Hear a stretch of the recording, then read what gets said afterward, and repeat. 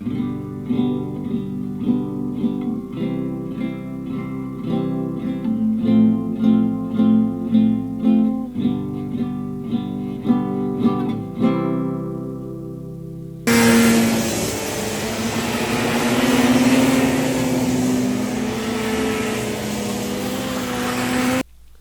that little clip should give you a clue as to what I'm up to today. I took the highway right by our house, Highway 41, north to Newport, Washington, Old Town, Idaho, and I went east on Highway 2 until I turned onto Highway 57, north in Priest Lake. I drove along the Priest River until I got to Priest Lake, almost to Nordman, which is about 30 miles from the Canadian border. This is the Priest River. It's flowing south right now. You can see the water slowly moving.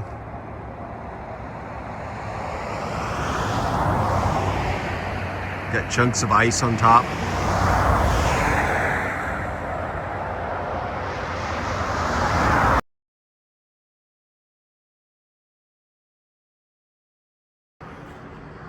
Well, hi everyone. It's Brett with Idaho H2O Adventures. And I'm up in Priest Lake, Idaho.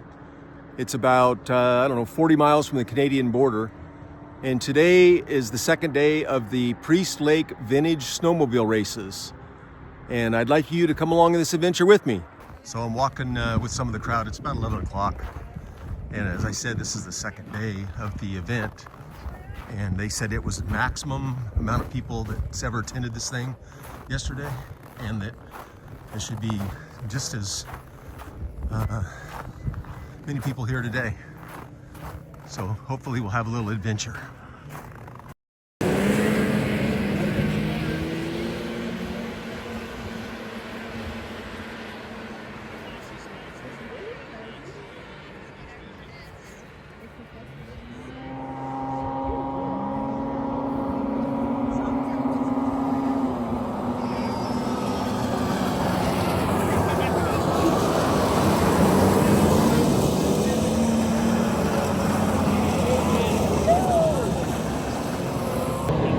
What's this age group? They're just all different ages? I think these are teens. Oh, okay.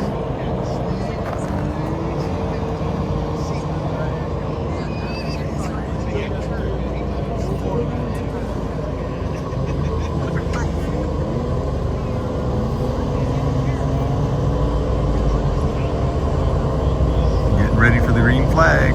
There they go.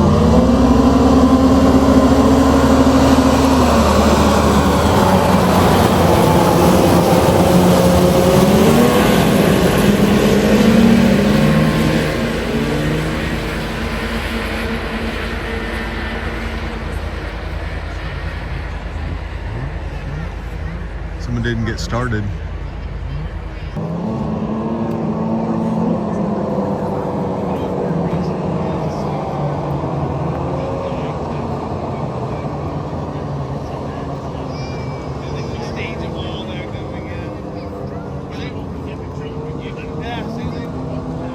Ready for the green again.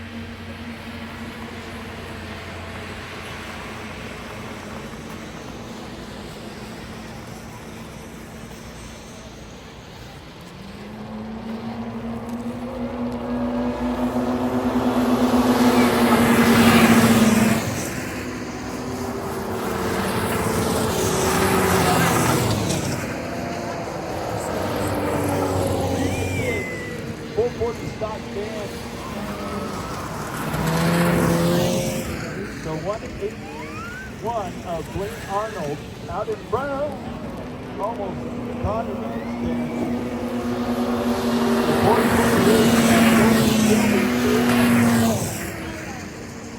Dayton Popple running in third.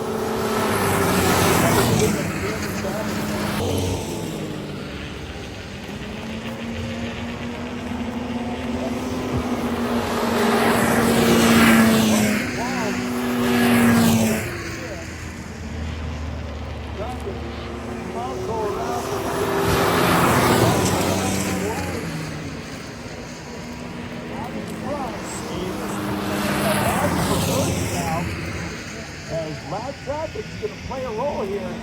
Oh, and sure is. One to go.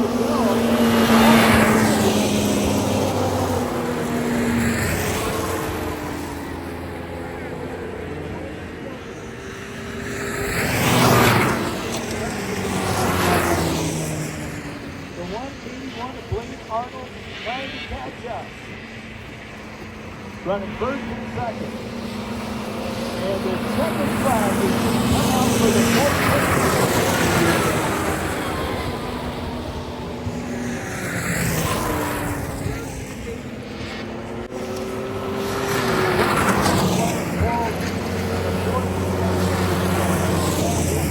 Jordan Best trying to get a jump there, but almost went a little too early. Down the back stretch. Looks like the 54 of Ryan Burton. Burton on the number 54 Mercury Snow Twister.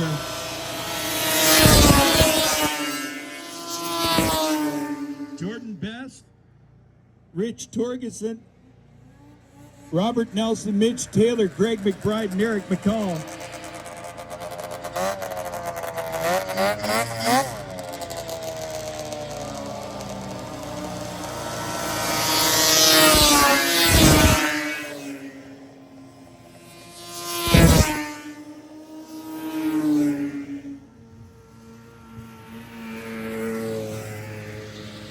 Rich, what happened out there? No brakes.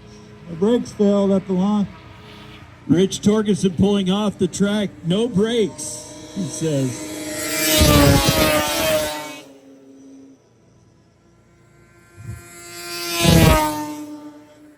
Looks like the 191, Greg McBride. There he gets off the track. Good deal. No, man, almost coming up on the ski there. 54 in the race of the day so far.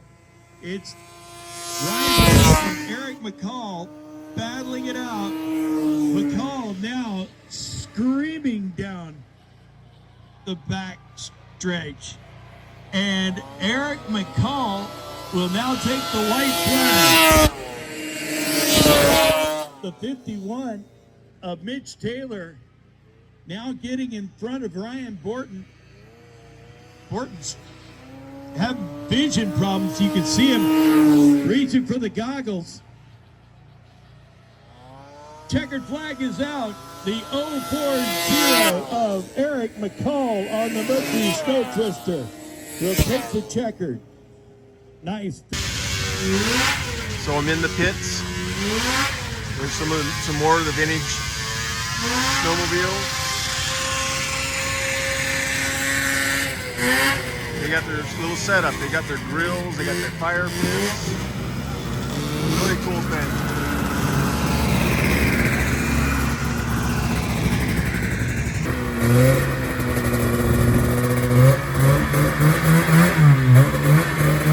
There he goes, leaving the pits. He's trying to.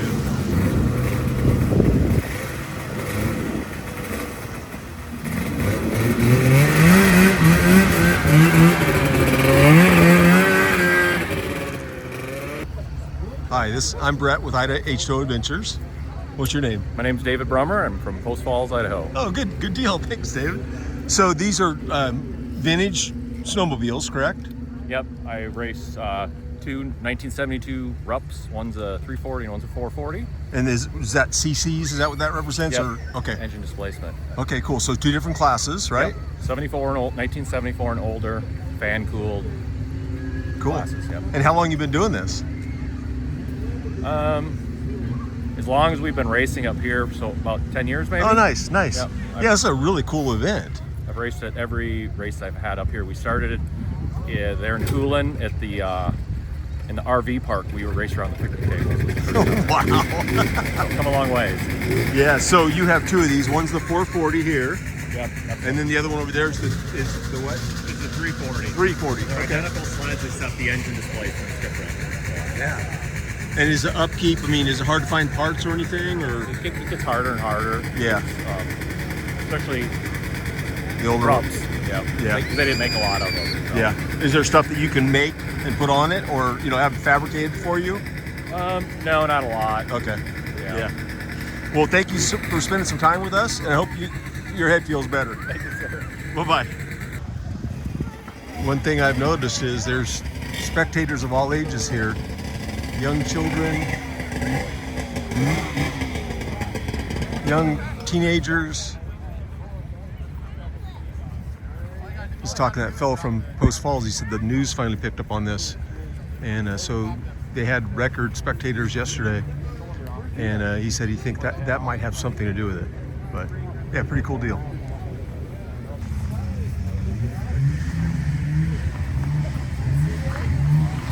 What year is this? It's not yours? Okay. That's cool looking. Yeah. Hi, Pooch. How are you? How you guys doing? Doing great. We're just doing a YouTube channel, local in Post Falls, so yeah. Just sharing with everyone.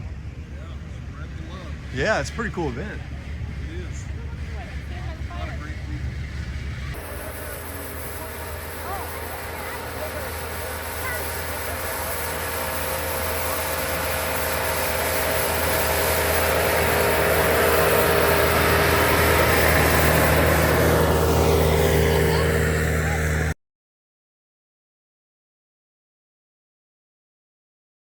Well, that was a very interesting event. I talked to a mom and her 4-year-old son off camera. He won one of the heat races earlier today. 4 years old, won at a top speed of 26 miles an hour, she said. And when I spoke to that fellow from Post Falls, those two classes, the one that's the 340cc runs about 60 miles an hour, and the larger one, the 440, runs about 65 miles an hour. And when I walked up to him, he said his head hurt. So I asked him why, and he said he hit the edge, the berm, and it didn't crack his helmet, but it shook him up a little bit. But I just really want to thank you guys for watching this. Please like us. Please subscribe to our channel. And if you'd like to leave a comment, that'd be fine too. And until our next adventure, bye. Well, I didn't plan my day out very well. I only spent about an hour at the track watching a few races. But I did touch base with David to find out how he did. He actually was in a crash yesterday in one of the races and did not finish the race. He had the medics look him over. He's going in for a CAT scan on Wednesday, so hope he's doing okay. I did ask him a few questions. For example, what was the size of the track? It looked like it was about a quarter-mile track to me. And he said, yeah, he goes, it's just a little less than a quarter mile, but quarter mile would probably work. And the finishes in the heat race do determine a position in the final races. And the racers actually race for trophies and prize money. He said typically 80% of the money raised based on the racers' participation. The racers pay for everything. They pay their entry, and there is no spectator fee, and there's no parking fee at these events, so it's kind of cool. But the racers get 80% of the purse, and that's split between first, second, and third places typically, and that's per class. There were 338 entries at this race, and there's going to be another race on February 15th and 16th. It's going to be the West Coast Vintage Ice Oval Championships, again at Priest Lake. So we're going to try and make it up there for that too. But again, thanks for watching. Look forward to hearing you subscribe with us. And until our next adventure, bye.